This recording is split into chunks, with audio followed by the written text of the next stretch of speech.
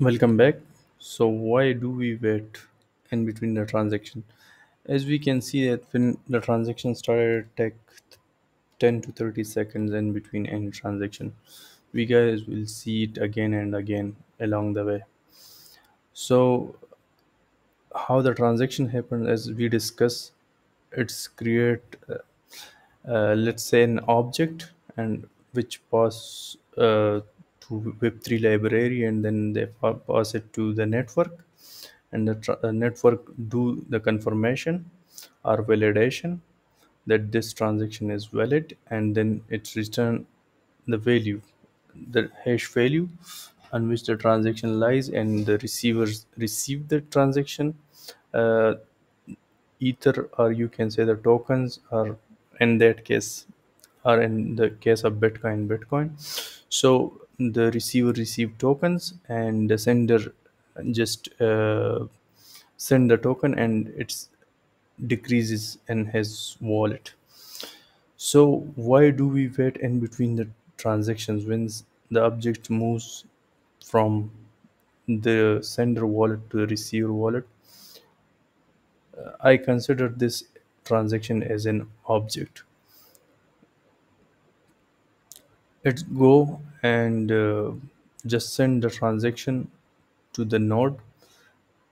It's doesn't send it to the network. It just send it through Web3 to a single node, and then the single node interact with others, just like this. But consider this: when I am sending the transaction, there will be multiple others as well who will try to do transactions on the network. So what the network do actually, the network take that transaction as all the transaction, and put it in one block, and then go and validate that block. So the validation process take time, and this process we also call mining. So you might heard mining a lot, but we will check it out in more detail what how the mining is happen, and what parameters, and how it's take the transaction, and just put it into one block and mine it.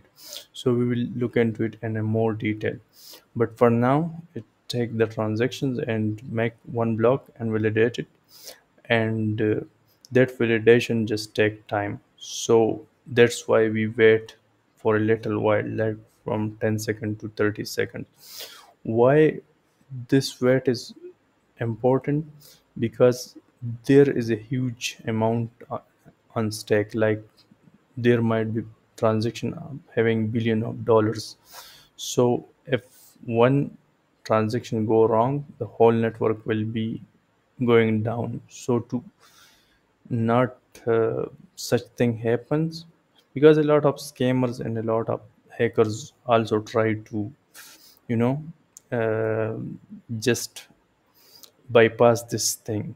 And to avoid that, there is a network, there are miners who validate each and every transaction. If someone is sending, let's say, 10 bitcoin, so that user should have 10 bitcoin in first place, then it will be valid to send the 10 bitcoin. Also about 10 bitcoin, there should be gas fee as well, which we didn't discuss in much detail, but we will discuss it in next coming up lectures. So how the mining work and what is gas fee and stuff like that, we will discuss it in next lectures.